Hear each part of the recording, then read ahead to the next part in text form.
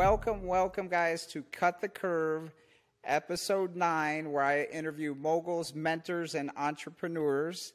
I'm Flip. I've been in the real estate game now 23 years in Arizona, and I'm happy to have our first virtual podcast from, I believe it's near San Francisco or in San Francisco, California, Elisa, and she under Instagram is at Transform Real Estate, and we'll share all her links at the end of the show here, guys. But I'm very happy to have her. We met a couple years ago on Instagram, and she is a master of flipping homes and networking. So I've been following her. She's got a new book out. So glad to have you here, Elisa. Thank you, Matt, for having me. Hi, everyone. My name is Elisa. I'm a house flipper and real estate developer in the San Francisco Bay Area, and I'm very glad to be here today to share a little bit about myself with you guys. Excellent. And I wanted to find out, Elisa, where your journey began in entrepreneurship and real estate. Kind of share with the viewers your background and how you became an entrepreneur. Did you grow up in that type of environment, or where did your journey start in the entrepreneur space?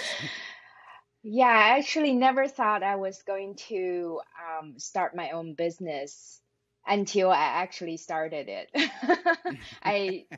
Growing up, I was always on the path where I go to a good school and have good grades, and then I was going to work for a Fortune 500 company until I retire.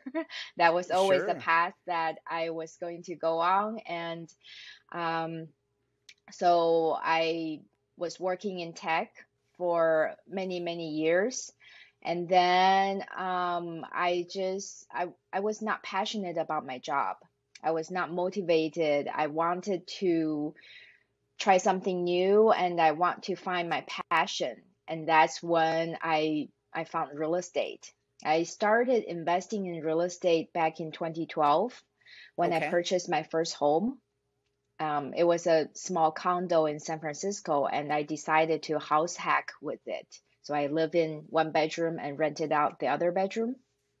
And then after a couple years, I was able to borrow a HELOC from my first home because the value of my home was appreciating really quickly. So I used the HELOC to purchase my first rental property in the South Beach in San Francisco. And from there, I basically remodeled both places, turned the fixer-uppers into really beautiful homes.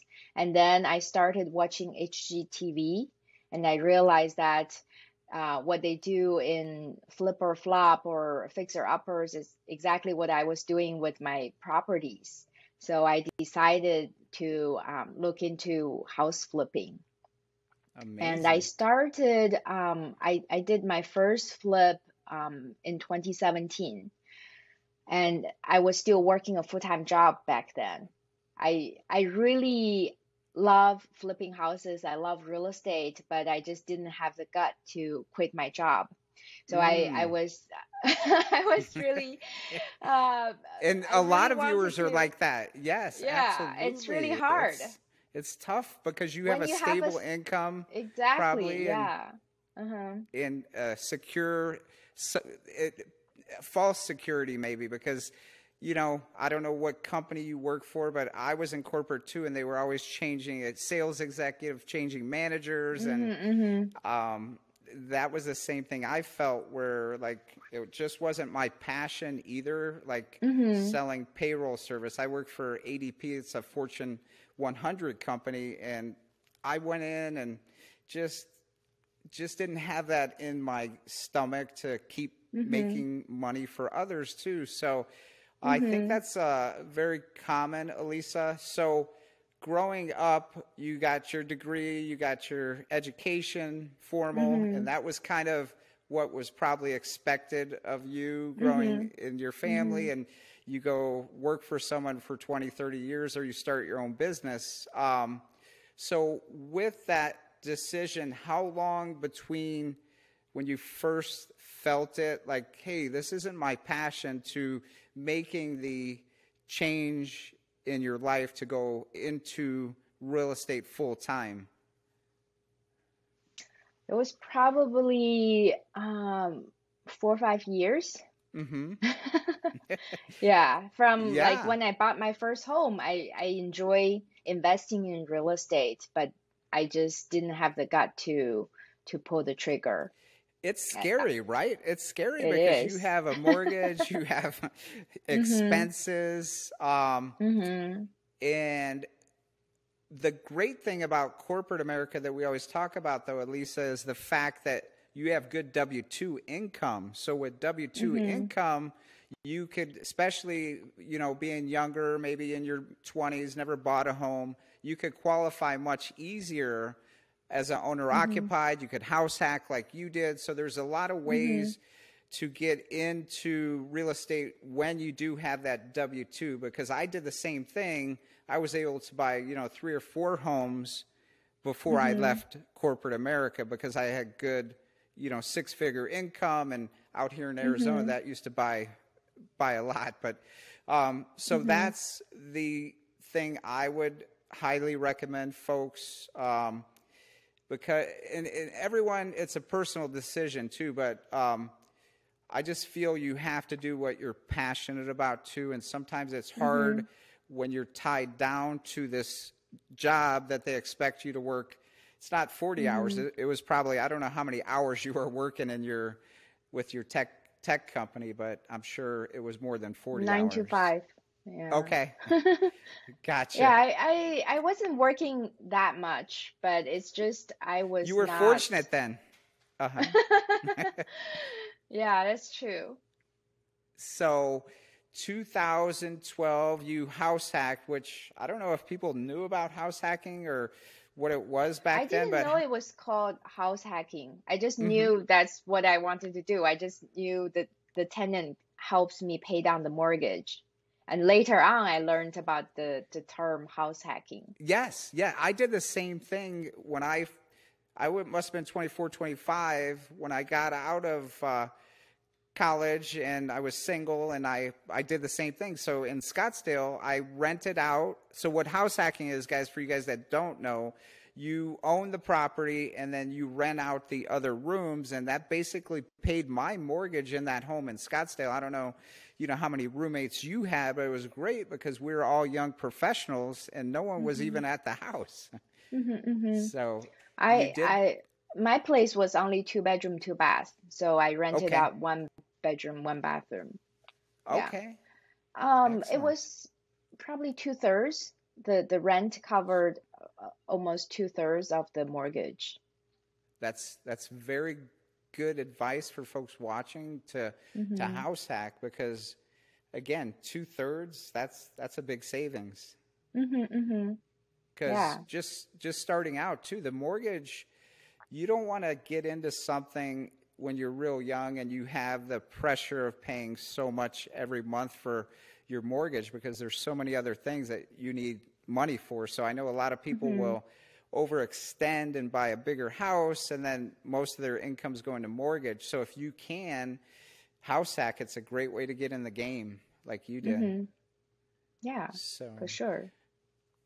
did you have partners back then, or was that like, or mentors or anyone to explain? Obviously, you created that house hack on your own, but from there, did you start reading up on real estate, or how did your progression go, Elisa? I so from there I just started. Purchased my first rental property after 2 years, and then Mm-hmm. my then boyfriend, now husband, helped me remodel the place, and we did a DIY remodel on the rental. Nice. Yeah, it was so much work. It was crazy, and It's more I work don't than you recommend it. you could ever imagine, because right now I'm living in the luxury Airbnb that we're creating, and it's sometimes we have help doing the work, but like living in a house and trying to renovate it's a little stressful at times, and that's Hmm. and it's a lot of Yeah, work. doing the work all by yourself is really, it takes much longer. It's really stressful because we were both working full time. We only had Oh, the weekends to work on the property. So it took 2 months. I uh-huh. think if we hired professionals, it would have been done in like a couple of weeks. So Isn't it took that a lot longer, interesting? and it You, was you really, yeah. you try to save a few dollars, but like in the long run, the Yeah, it's stress, is not it worth really it. worth it? Yeah, it's like No, just pay the no. professionals. They'll be done in 2 to 3 Uh-huh. weeks. The quality is Uh-huh. probably going to be better too because they do this every day. Uh-huh. Uh-huh. And we would have been able to start getting rent sooner. Yeah. So it's always interesting to look back at those things, and that's what Cut the Mm-hmm. Curve's about. Like, how can we help the audience do certain things that, like, we made a lot of, I know I've made a lot of mistakes, coming Mm-hmm. up and learning from my mistakes, but now we have YouTube, we have Instagram, and we could share those mistakes with the viewers. So there's certain things that we experience that we wouldn't ever want to do again. Mm-hmm. So Yeah. you got in you guys got in there, took a couple months. Did it rent out right away for you? And was that, Mm-hmm. what year was that? 2014. 2014. Okay. So Mm-hmm. about 8 years ago. I furnished the place and rented out as a high-end furnished rental.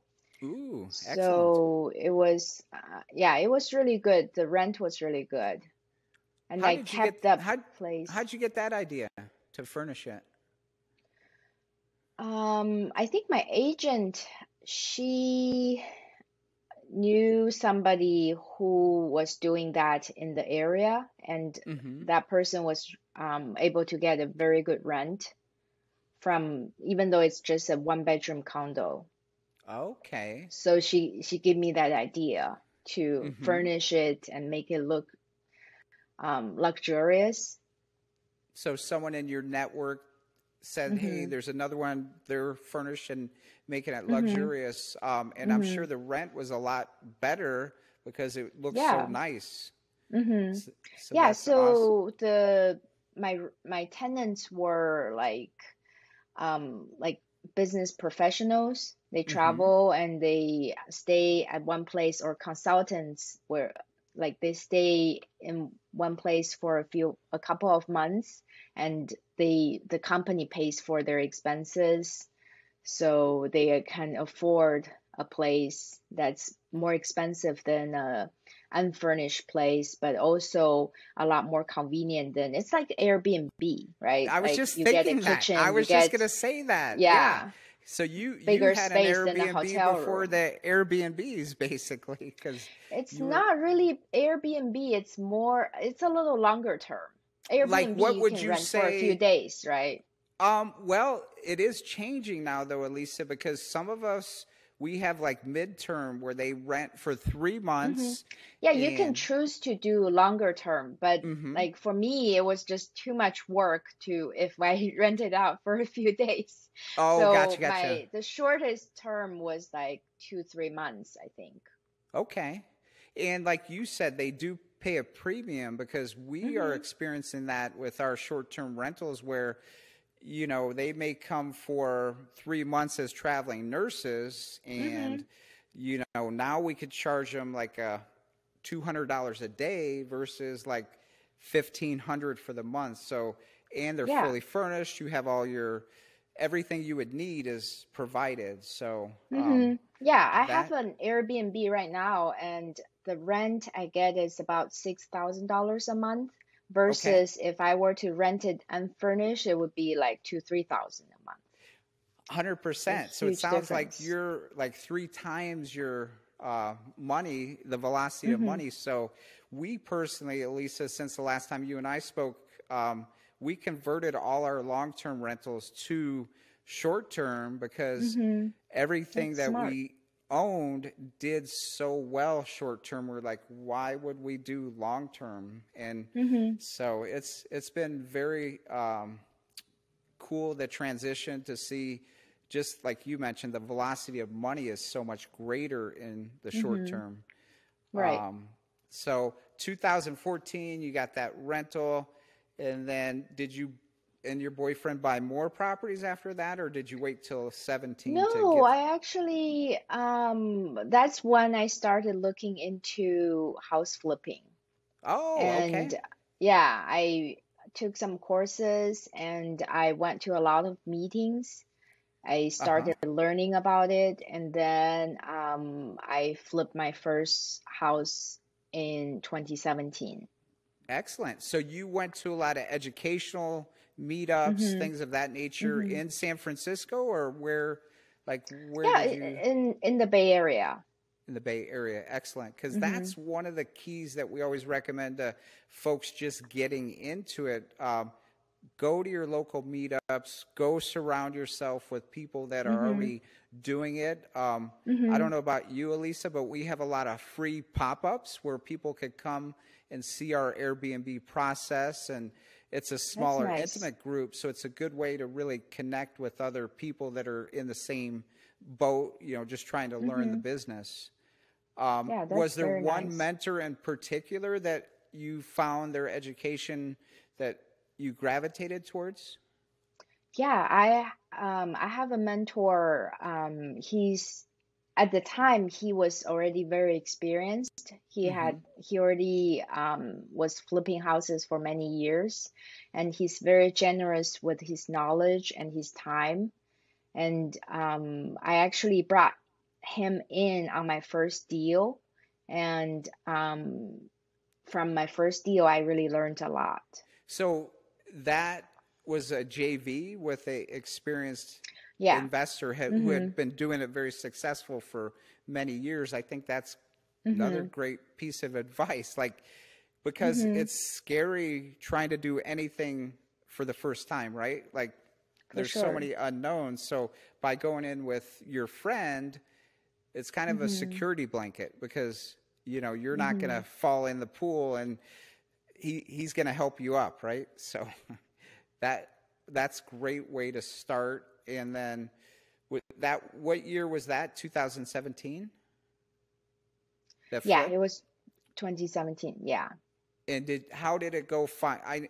So the reason I do this, real estate, financially, it's great, but the freedom of time for me was the biggest thing why I got into real estate. And um, the financial part behind it's amazing, but again, you have to love what you're doing, I feel, and you have Mm-hmm. to do something you're passionate about. So you got into that property, you liked it. How did the financial once you got that check, how did you did you feel a certain way? What was your like experience after you guys flipped that property?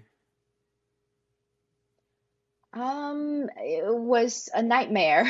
Okay, so that did Everything it did. that could go wrong went wrong. Yeah, it Wow, was interesting. a Okay. really stressful experience. Yeah. Yes, wow, wow. I wasn't expecting to hear that, but that's real talk because things Uh-huh. do blow up on flips, right? Like some things are out of our control. So, what happened Mm-hmm. on that first deal with him? Um, it was not my mentor. My mentor was tremendous help for the flip. If it wasn't for him, I probably would have lost money on the deal and never want to do it again. Uh huh. So it was mainly the contractor. So I didn't Mm, find a good contractor, and the contractor was trying to. So he commit to a lower price, mm-hmm. lower rehab price in the beginning, and then later on he was trying to use up charges to actually make money on the project. Mm-hmm. So that the budget went up, and then he also I've been delayed there. on the Yeah. job, and then he was trying to it was almost like a scam. So Uh he huh. was saying, oh, the part of the house was not permitted, even though it was. And then I had to hire a structural engineer, which is his friend, to look into Oh, the structure of the house. But the structure was sound. Yeah, there wow. was no issue with it.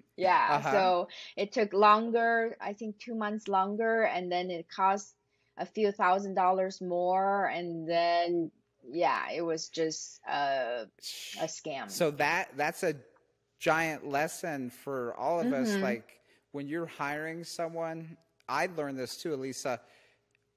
Don't take their word. Go see a couple of their projects. Go see their work, the Mm-hmm. quality, because I Mm-hmm. mean, and all of a sudden they increase their price when you have this agreement. And I've been there too. So having a couple contractors, subcontractors that you know their work and you know you could work with them and they're honorable, that makes house flip. I mean, because again, they're a big part of house flipping, right? They Mm-hmm. need to Mm-hmm. do their work. So I'm like, so you were just pulling your hair out. Did you want to do it again after? I mean, because sometimes that I happens. Yeah, it was really stressful. Mm-hmm. I hated parts of it, but then I still enjoy most of the experience, like transforming an older rundown home into a new dream home. It was a very rewarding experience. So I still enjoy the most of the experience other than the contractor part. So I made sure Mm. the next time I do it, I find a reliable contractor. Did you guys make any money on that first deal? Yeah, we actually made 80,000. Oh, okay. So that makes life a lot easier, Elisa. I thought you said I you were think, gonna. yeah, I need to give you a little context. So in the Bay Area, because home prices are so high, Mm-hmm. usually you target a six-figure profit on Right. your I've seen flips you do because that in your yeah, because home YouTube. prices are over $1 million, and if you make less than 100,000 on a deal, it's not worth it. So you Right. usually target over 100,000, but initially I thought the deal it was a good deal. Like I could make over 100,000, but then because of the delays and the construction cost going up, it actually the profit was not as good as we expected. Right. So Right. And it was not bad, but it was not as good as it could be. right. Right. Because dealing with conflict and the uneasiness with someone that's supposed to have your back per se in the house, Hmm. it's Hmm. very it takes a lot of perseverance, and so that's amazing. You made 80,000 first of all, and hats off probably to your mentor who really Hmm. guided you through that whole Hmm. process. Yeah. My mentor Jerry back in 2008 2009 during that financial crisis, like if it Hmm. weren't for him, it would have been very very difficult, and it was difficult, but he having that mentor who's done certain things, it just made it a little more palatable. So For mentors sure. definitely make a giant difference. So one of your Hmm. mentors I feel was like HGTV, which a lot of people watch now for ideas and stuff like that. So was that like your go-to early on getting your creative design ideas, or how did you kind of um Yeah, uh-huh. I still get design ideas from HGTV and from anywhere, from Pinterest, Right. from house.com. Yeah, Uh-huh. I think when you know what you're looking for, you really can get great ideas anywhere. 100%. Yeah, we talk about that all the time, the power of focus. Mm-hmm. So if you know where you're Mm-hmm. going, you're going to get there. But if you don't know what you want, you probably be all over the place. You are just watching HGTV for fun. Exactly, exactly. There's Mm-hmm. always a purpose when we watch it, though. So, hey guys, quick announcement. I just launched my new passive income accelerator course. In this course, you'll learn how I built my Airbnb portfolio to 10 properties and growing while amassing $3,000 to $5,000 per property per month. If you want to learn more, go to piaaccelerator.com/go and sign up for the early bird special. And now back to the podcast. 2017, did you do another flip that year, or how did that? So I actually found another good deal that year, but I didn't have the bandwidth. I didn't have the money to fund it. I didn't have any time to manage it. So I actually partnered with another investor, another new investor who funded the deal, and Oh, I that's was just getting a small portion of the I profit. I love that, Elisa, because one of the objections that we hear a lot is like, I don't have the money to get into house flipping Airbnb. Mm-hmm. So Mm-hmm. did that even cross your mind, or how did you conquer that fear that a lot of people have? It's it's a little stressful. Like when you Uh-huh. don't have the money and you come across a good deal, you are you're like, oh, where, how am I gonna do it? But Right. then you just have to get out of your comfort zone. It's difficult to go to people to ask for money or ask for partnership when you don't have the capacity to do it yourself. But I just decided to email everybody I know who's There you in the go. business There you and go. see if anybody's interested in picking up the deal.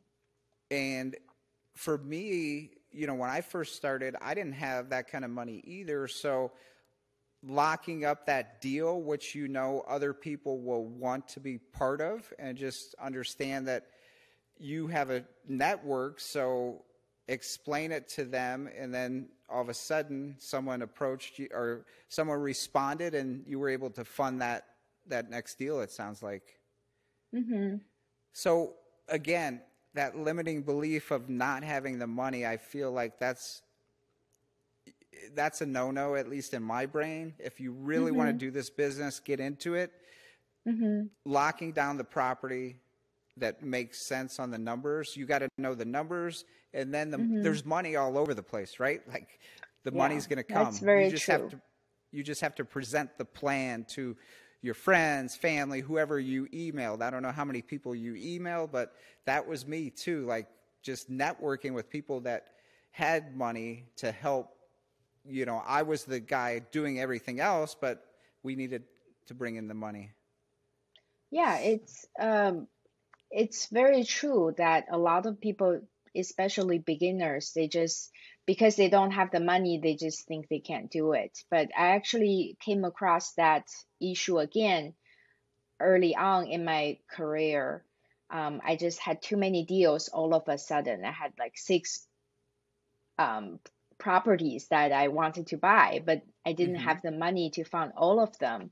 So I was able to get private money. So I usually use a hard money loan to fund most of the purchase price, and I Okay. use my own money to fund the rest. But in that case, I got private money to fund the like 10-15% of the purchase price that's not covered by hard money. And I thought it would be impossible for me to, as a beginner, I was not that experienced at the time, to find money to find people who are willing to lend So me wait a money. minute, wait a But minute. then, So you would borrow what, 85% through hard money? Is that mm-hmm, how you would do your mm-hmm, deals? And then you would mm-hmm, need another 15% cash to close on the property. So you would borrow mm-hmm, private money. So basically, mm-hmm. you have 100% financing on the deal. Right. Yeah. Wow, that's amazing. So yeah, so that was the first year when I was doing it full time in Uh-huh. 2018. I was laid off at the end of Oh, 2017. so you got So forced out of your job. You basically got yeah, fired or it laid was off, however you a want to call blessing it. in But disguise. I bet, Mm-hmm. bet, because you were like hanging on to that false security probably. And like you said, it wasn't your Mm-hmm. passion. So I'm sure No. it was a blessing, like you said. Yeah, it was one of the best things that ever happened to me. That's and that's Yeah. the way the universe works sometimes. Like you don't have to Mm-hmm. force things, and things just happen. And at that time, I don't know how you felt, but like it was probably scary. But like now you're crushing it at house flipping, and you've been at it what, 4 years full time now? Yeah. Yeah, That's awesome. years, and I love That's it. Is it all in the San Francisco area? Mm-hmm. Yeah, I like investing in my backyard. I know it really depends on your preference. A lot of people are comfortable investing out of state, Mm-hmm. but I'm more comfortable in my backyard. I've always been that person too, because I like to see the property, drive by. Mm-hmm. I've never done anything out of Arizona Mm-hmm. in 23 years, but with Airbnb business, VRBO, whatever platform you would like to use, the great thing is with that model, Elisa, you fix it up, you renovate, you get your staff, your house cleaner, you get your handyman, then you're done with it. So I switched from flipping 2.5 years ago when we met.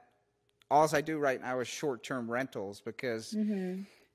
you know how it is. I mean, you have energy. I know you just had a baby, so you really have to figure out a way to have systems in place with house flipping, Mm-hmm. so you're not there all the time. How has that worked in the last 4 years as far as, I evolving, actually have a setting up pretty things? good system for my Uh-huh. flipping business. I think I work probably only like 10 hours a week on my That's awesome. flips. Yeah, I have a lot of extracurricular activities, like Good, as the you YouTube should. channel and Uh-huh. social media and the book that I Yeah, just I published. noticed you Yeah. just published a book. Wow. Mm-hmm. Can you tell our viewers a little bit about how that all came into play and what that's about? Sure. Yeah, the book is called Flipping Houses Quick Start Guide, and it tells you pretty much everything about house flipping, every aspect. Mm-hmm. So it's designed for beginners, and if you are in a more higher level, like if you've done a couple, you can still learn from the book. So it really summarizes my 5 years of experience in house flipping. That's amazing. What made you want to write a book, Elisa? I, the publisher actually approached me. Okay. So this publisher called Clydebank Media, they Mm-hmm. are a boutique publisher based in New York, and they have this the series of books called Quick Start Guides. That's their Okay. trademark, and they have uh, quite a few bestsellers on Amazon. The Quick Start Mm-hmm. Guides, like about personal finance, about investing, and they had this idea. I didn't really think about writing a book at the time. It was Uh-huh. like a year ago when I just had my baby. Right, right. Yeah, and they approached me, and I like that idea because I've been doing social media, doing YouTube videos for a while, and my goal is to help more people to get started in real estate investing and achieve financial freedom. So I think YouTube videos are great that it's like it's part entertainment, it's part education, but it's not as structured as a, a book can be, right? Mm-hmm. In a book, you can have all different parts of or the whole process of house flipping laid out with details like how you do this part, how you do that part, and share my experiences and real life flipping examples.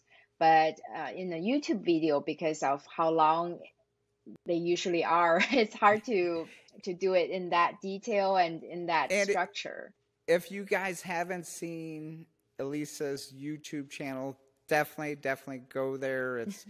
It's amazing. How do they Thank find that you. again, Elisa? The It's YouTube Transform Real Estate, Transform Real Estate. my Okay. channel name. Yeah. Excellent. And I know you and I were talking before the podcast, and you're really passionate about like reaching all different countries, all different places with YouTube, and Mm-hmm. that's super cool how you could get the word out on house flipping. Yeah. Yeah. It's amazing that like with internet you can just you can reach such a broad I know. audience. I know, and the pandemic was tough, and it was tough for me, a lot of people, but one of the blessings behind that is we got on Instagram, we met yourself, we met people from all over the country doing real estate. So it's been a great journey, and now we're out to doing live meetups and traveling and all that good stuff. So it's always moving and changing. So the book is on Amazon, you said? Yeah, it's on Amazon. It's already a #1 new release on Amazon. #1, wow. In the real estate investing category. Yeah. Fantastic. And how was that whole process? I'm imagining it's your first book. How was that whole process? Are you a good writer, or did that just I flow? had some help. Okay. I have Smart. ideas and I have stories, but the good thing about working with the publisher is they give me, like, it was a team that 100%. supported the creation of the book. We had writers, we had editors, and graphic designers, project manager. Yeah, so we all put a lot of effort into this book. So I'm really proud of it. That is amazing, and that's big on Cut the Curve. Team is everything, right? Because as a solo entrepreneur for many years, trying to do things myself didn't always work. You can't be good at everything. Exactly. Yeah. We did create a course recently on passive income. And so that was a team effort, though. It took 6 months, and we made all the modules. We had our copyright, the best copyright in the country, I believe. We had our video guy. So it's, like on the book, it's team, it's collaboration over competition. And that's what's great, too, nowadays, where when I first started, it was a lot of competition, but I feel, at least in Arizona, I don't know how it is in the Bay Area, a lot of us collaborate on deals and doing things. How does it go out in San Francisco area? Do you have, like, different people you work with, investors and stuff like that? I have my mentor, and I have my network of other investors that I'm friends with, and we go to events, and like, I always try to get more people started in real estate investing, because I think it's the abundance mindset. It's not a zero-sum game, right? There are so many deals, even if 100%. Like everybody could get their own deals, and then there are still more deals to be had. Yes. Yeah. And if you're trying to, compete that way and think the lack mentality, I'm not going to be working with that person, because it has to be that give and take abundance. And it really is. There's so many houses that need work, and so much opportunity, like you said. Let's talk about your properties, because we're sitting in Arizona. So I know in the Bay Area, real estate has been inflated. I mean, that area, Hawaii, that's a pretty high ticket number. How much appreciation did you guys experience the last year? Do you know, as far as the number? It depends on the location. In some locations, I think it was probably 20-30%. Yeah, it's crazy. Arizona, we had all the California people coming over that were pushing up prices. Who moved to Arizona. Yeah, because it used to be affordable, but it's I'll tell you what, the rents, if people move here and have to rent, the rents have just gone through the roof. So it's good that we're having. Good for you. It is good as an Airbnb host, but again, as you know, we couldn't sustain it. So now we're stabilizing with the inflation, everything, and I think that's going to be good for us as wholesalers, investors. So there is some positive with the economy, inflation and stuff like that. So what is your average size deal in the Bay Area right now? The purchase price is like a little bit over $1 million. Over $1 million? Okay. And the after repair value is 1.4 or higher. Okay. So Yeah. the goal is to hit about 100 for like minimum? 100. So because of the market shift, I'm actually targeting a higher profit, like a Oh, 15%, 13 okay. to 15%. Usually, like I'm happy with a 10% return. But I'm also running the numbers very conservatively. I don't use the highest comps. I usually use a very conservative comp to make sure that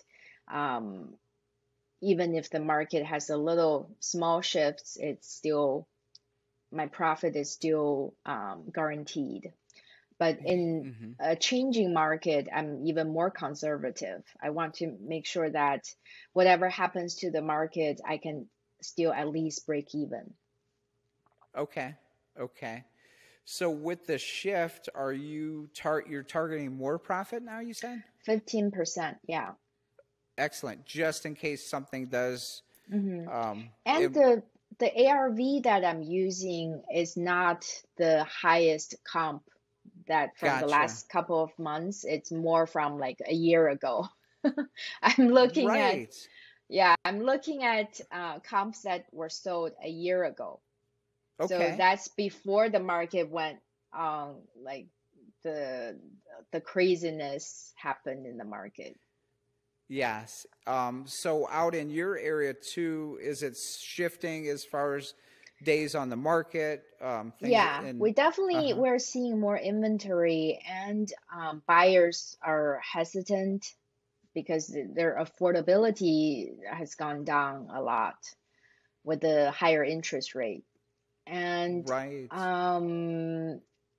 but there are still good demand.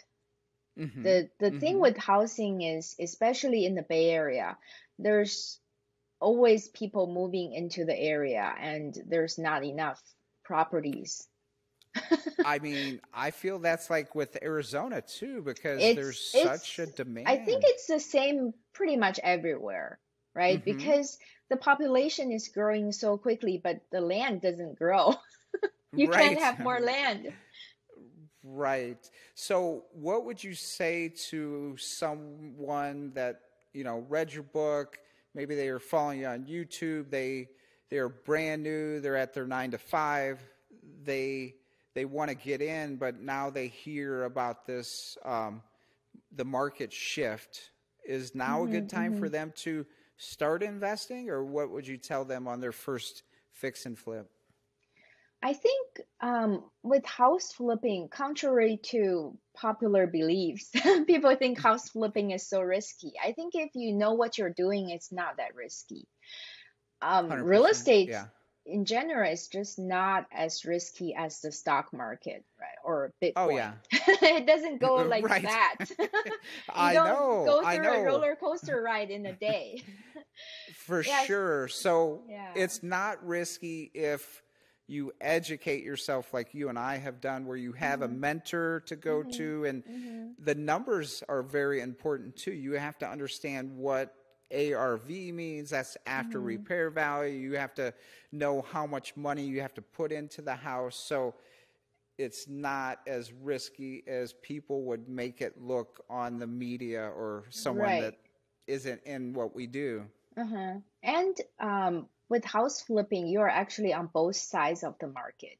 You have to purchase the house and you have to sell the house. So you're on both ends. If the market goes really well, then it's good for you because it's very easy to sell the houses and you sell at a premium. And if the market is softer, then it's easier to find good deals. So you actually Those are you it's can a take win-win, advantage right? of, it's like Yeah, you shouldn't lose.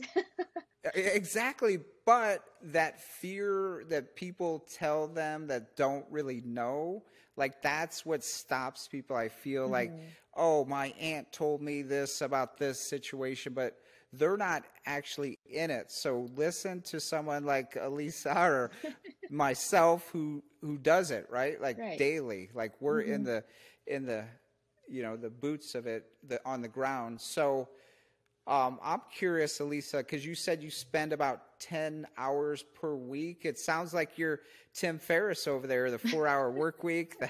I love Tim Ferriss. I think he's from the Bay Area, isn't he? Do you know Tim Ferriss? I think so. Yeah. Yeah. Okay. I don't know where he's from. I know he. Oh, maybe no. He was from Jersey, and then he went to Princeton. But like he's the 4-hour work week. So, point being is you have your business system set up now. Where how many properties do you do like at a time? And working 10 hours sounds very Usually very it's nice. between 3 to 6, but now I'm like I went a little overboard. Now I have like 10 projects. Oh, Yeah, but because it's fun. That's uh what huh. that's what I was saying. When the market is softer, it's actually good deals are all over the place. You just Right. like to me, like when I see a good deal, it's so hard to pass it on. It's like I have to buy it. And facts, because like the good deals and you're like, I'm gonna do well on this, I'm gonna Hmm. lock it up. So Hmm. with the time commitment, do you just have your teams all set up for each house, or because the contractors is a big thing, right, Hmm. for Hmm. someone that's new that doesn't know a lot of contractors, but you seem to have found like people to help you with the renos. Yeah, I have a reliable contractor that I've worked with for a few years. So Yeah. I know that he's managing all the projects and he knows how to make sure that it's done on time, and he also doesn't go over the budget. But he's not cheap. Right, Yeah, he's not the cheapest contractor by any means. but it seems like now you could do more deals because he is, he's there. He's your eyes and ears, just kind of Hmm. like the housekeeping, the handyman for the Airbnb, because it's Hmm. important to have Yeah. those people a part of your team. But the thing is, Hmm. I think it's trial and error. Like, hey, Bob may work for Alicia, but not for Flip. So you have to get your people and try them and then Hmm. see who works well with your personality too. Hmm. Hmm. Yeah, you have to make sure that you guys really like have a good working relationship, and you reward them because they Mm-hmm. are so important. They do good when they do good work. They need to get compensated. 100%. So do you like give them bonuses, or how do Hmm. you keep Hmm. them engaged? Yeah. If I do Uh-huh. well on a deal, I give them bonus. If they finish quickly, I give them bonus, and I buy them lunch. Sometimes it's like you want them to be on your team, like you said, and the whole team needs to go towards the same goal. Same direction. Yeah, because if you're rowing the boat and they're going that way, you're going the other way. Yeah, It's you not need gonna. everybody's goal needs to align, right? So Absolutely. we go the So same in direction. in speaking about the areas that you work in, how far from where you live or your projects? Like how far will you There, go? A couple hours or an hour? no, I actually I try to most of my projects are within like 15-20 minutes of my house. That's beautiful. Yeah, Yeah. Yeah, I don't yeah. want Because to waste my time on commute. right, and it's interesting too because right where you're at, there's hundreds, there's thousands of homes. So why wouldn't you stay close to home? Early on, I went like Hmm. 2 hours to this one property and I made money, but like that stress of driving, 2 hours there, two Hmm. hours back, it was like, Hmm. no, And traffic it's is not worth it. only getting worse. Oh my goodness. I was in Coronado and I was able to drive off the island into San Diego only once in 30 days, so I didn't have to deal with traffic, but traffic in California and now Arizona, Yeah. I'm not Not a big fun. fan. No. Not fun. So a couple questions before we wrap up, Alicia, because this is really, meant for people that want to learn how to cut the curve. What would you tell them, new flippers that are just in the game?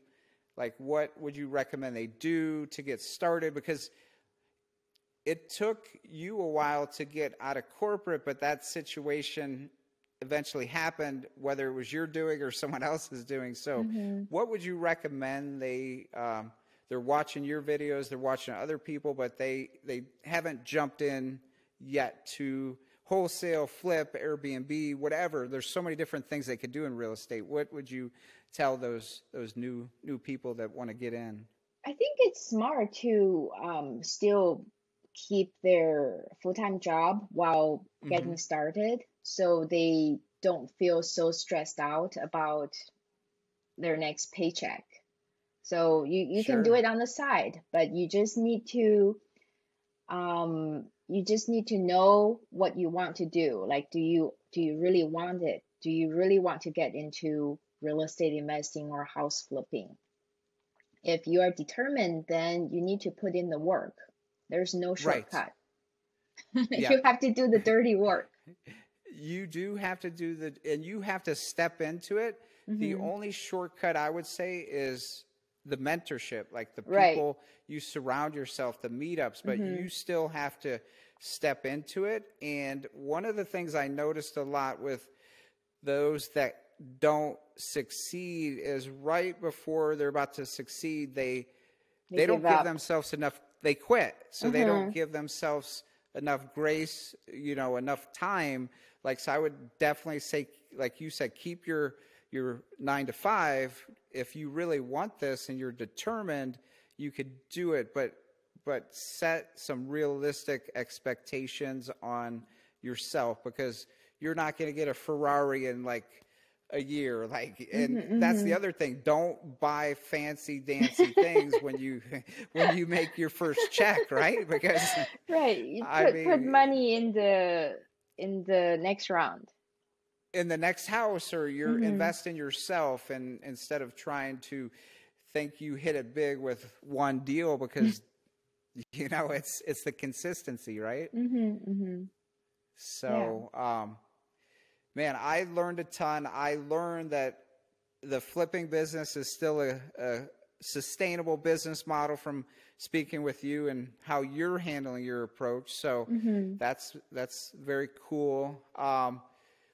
Where do you want people to reach out to you if they have questions on the podcast? If they want to, talk to you more, where should they go? They can go to my YouTube channel and Transform Real Estate, and they can follow me on Instagram. It's a little hard for me to get to everybody's questions Oh, I'm because I sure. get many emails a day. So Yes. if you comment on the videos, on my videos, Okay. I usually can see the comments, and I try to answer as many as I can. And I actually have a YouTube live. but Oh, but it's okay. today. I don't know when this is getting posted. I'll have to ask Isaac, but what is YouTube? I know Instagram Live, but it's similar concept. That do you go on there every week, or how does No, that this is work on actually your my YouTube? first YouTube live. So it's Oh, okay. part of the book launch. We are Uh-huh. doing this YouTube live where I'm answering questions live today at Awesome. 4 p.m. It's in 4 hours. Yeah, 4 Nice. And they p.m. just go to Pacific time. Okay. Excellent. So this is our first virtual podcast. You got your first YouTube live. So there's always first in life.